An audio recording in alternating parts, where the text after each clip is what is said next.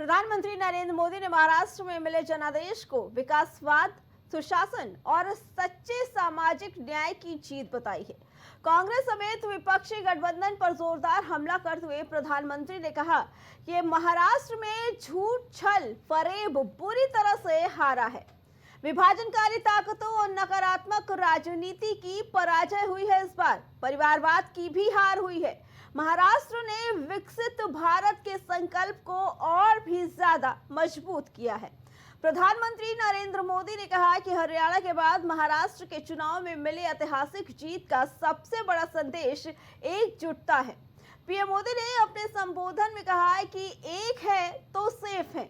ये आज देश का महामंत्र बन चुका है। महाराष्ट्र ने सारे रिकॉर्ड तोड़ दिए। ये पिछले 50 सालों में किसी भी पार्टी या चुनाव पूर्व गठबंधन की सबसे बड़ी जीत है।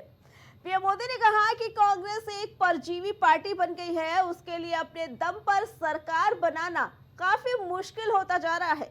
कांग्रेस सिर्फ अपनी ही नहीं बल्कि अपने साथियों की भी नाव डुबो देती है। आज महाराष्ट्र में भी हमने यही देखा। एक है तो ये आज देश का महामंत्र बन चुका है। कांग्रेस और उसके इकोसिस्टम, उन्होंने सोचा था कि संविधान के नाम पर झूठ बोलकर, आरक्षण के नाम पर झूठ बोलकर एससी, एसटी, ओबीसी को छोटे छोटे समूह में बांट देंगे। वो सोचते थे सब बिखर जाएंगे।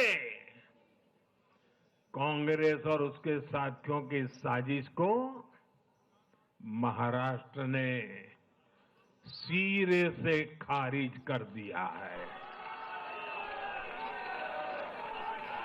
महाराष्ट्र ने डंके की चोट पर कहा है, एक है तो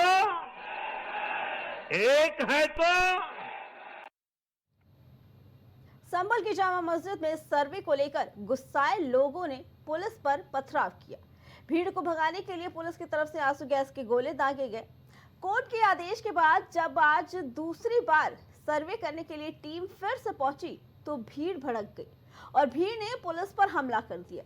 इस दौरान पुलिस पर भीड़ द्वारा पत्थरबाजी की गई और जमकर धक्का मुक्की भी की गई। इस घटना का वीडियो भी अब सामने आया है, जिसमें दिख रहा है कि पुलिस और एसपी हेलमेट पहने नजर आ रहे हैं और दूसरी तरफ से पत्थरबाजी हो रही है। फिलहाल संभल में हालात तनावपूर्ण हैं। संभल में जामा मस्जिद का सर्वे करने के लिए आज एडवोकेट कमिश्नर की टीम दोबारा पहुंची थी। इससे पहले 19 नवंबर को संभल जिले की चंदौसी स्थित सिविल जज सीनियर डिवीजन आदित्य सिंह की कोर्ट ने जामा मस्जिद के एडवोकेट कमिश्नर सर्वे का आदेश दिया था। न्यायालय के आदेश का पालन कराना ये सरकार की जिम्मेदारी है, पुलिस प्रशासन की जिम्मेदारी, उसे कराया जाएगा। जो माननीय न्यायालय के आदेश के अनुपालन में बाधा डालेंगे उनके खिलाफ कानून अपना काम करेगा।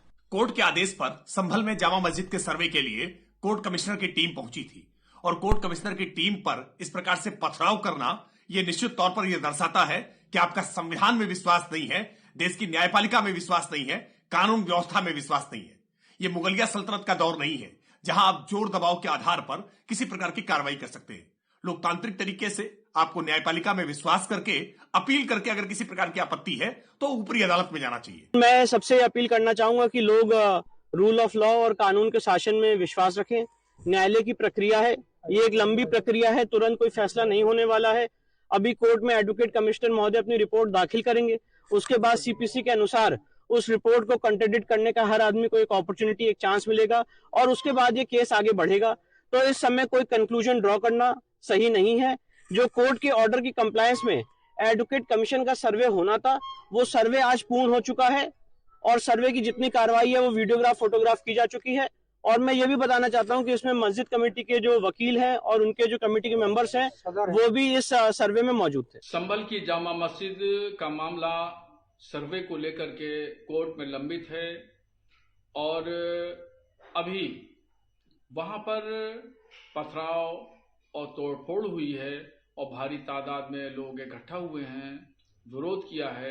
तो मैं संभल के तमाम मुसलमानों से अपील करना चाहता हूं कि ऐसा हरगिज न करें और कहीं तोड़फोड़ या पथराव करना या भारी भीड़ के साथ में इस तरह का विरोध प्रदर्शन करना मुनासिब नहीं है और सब्र, तहम्मुल और बर्दाश्त से काम लें और बाहर सूरत अमन शांति को बनाए रखें। जनपद संभल में शांति व्यवस्था और कानून व्यवस्था को कायम रखने के लिए आज जिलाधिकारी महोदय एवं मेरे द्वारा पीएसी एवं आरआरएफ और जनपद के विभिन्न थानों की पुलिस के द्वारा संयुक्त रूप से एक पैदल मार्च किया गया और एक संदेश देने का भी कार्य किया गया कि जो भी व्यक्ति कानून व्यवस्था को अपने हाथ में लेने का कार्य करेगा अथवा कोई भी अराजकता फैलाने की सोचेगा या ऐसा कृत्य करेगा, उस व्यक्ति के खिलाफ गंभीरतम कार्यवाही और प्रचलित लाई जाएगी।